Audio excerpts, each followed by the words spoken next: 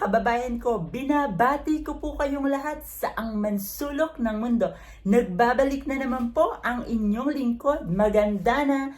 And for today's video po, isi-share ko po sa inyo ang mga kadalasang trabaho ng mga Filipino sa Dubai and Abu Dhabi, United Arab Emirates. Without further ado, let's get started our sharing video dahil sharing is caring. So ano nga ba yung mga kadalasang trabaho ng mga Pinoy sa abroad? Pero for today's video, ang isi-share ko sa inyo ang kadalasang trabaho o position ng mga OFW sa Dubai and Abu Dhabi na kadalasang nakikita ko in a daily basis.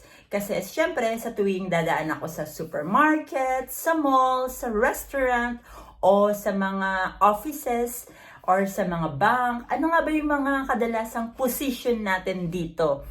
So, yun po ang ibabahagi ko for today. And disclaimer lang po, lahat po na isi-share ko sa video na ito ay base lang po sa nakikita ko at nadadaanan ko in a daily basis. Okay po? So ano nga ba yung mga kadalasang trabaho nating mga Filipino sa United Arab Emirates, Dubai man or Abu Dhabi? Again, base lang to sa mga nakikita ko in a daily basis. Okay? So, diretsahan na to. Wala nang patumpik-tumpik pa. Meron ako ditong listahan.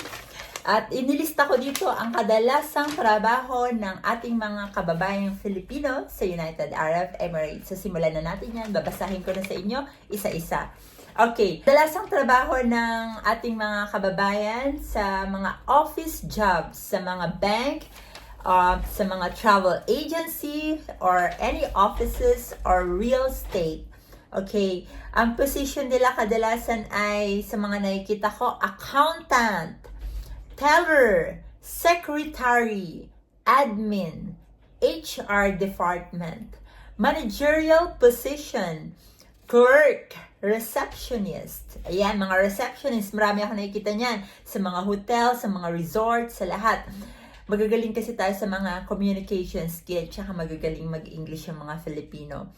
Agent, sa mga agent ng mga travel agency, real estate agent, broker, ayan, bank and real estate.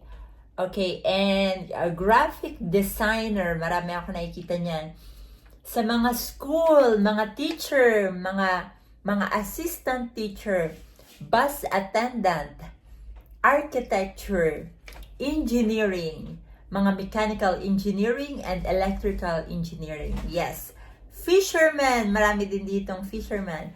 Sa mga salon, yung mga manicurista, pedicurista, hairdresser, hairstylist, o mga barbers, lifeguard sa mga hotel, sa mga beaches, sa mga swimming pool area, driver, mga private driver or company driver, or taxi, gasoline station crew, yes.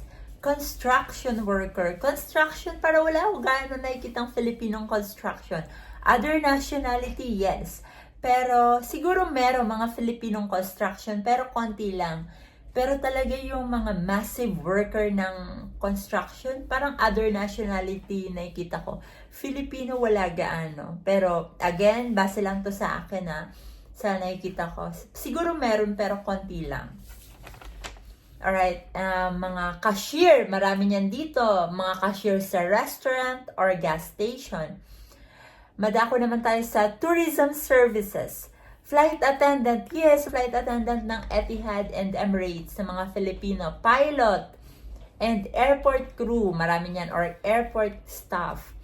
Entertainment industry naman po sa mga wedding, baptism, christening, mga party host, yes, marami akong Filipino na nakikitang party host.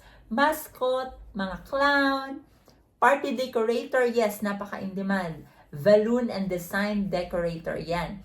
Performer, singer, and dancer, yes. Sa mga cargo, shipping industry, sa mga padalang balikbayan box, marami. Mostly Filipino mga nagtatrabaho. And sa information industry, sa IT, yes, maraming mga Filipinong IT dito. Telecommunication, call center, maraming call center na Filipino, yes. And domestic helper, marami din po niya mga TH dito.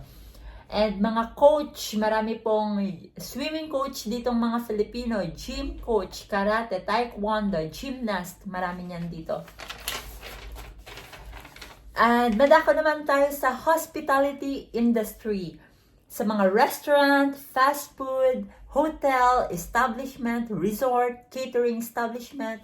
Kadalas sa mga posisyon ng mga Filipino ay crew, waiter, waitress, bartender, chef, private chef, restaurant chef, hotel chef, company chef, supervisor ng isang hotel or fast food, resort,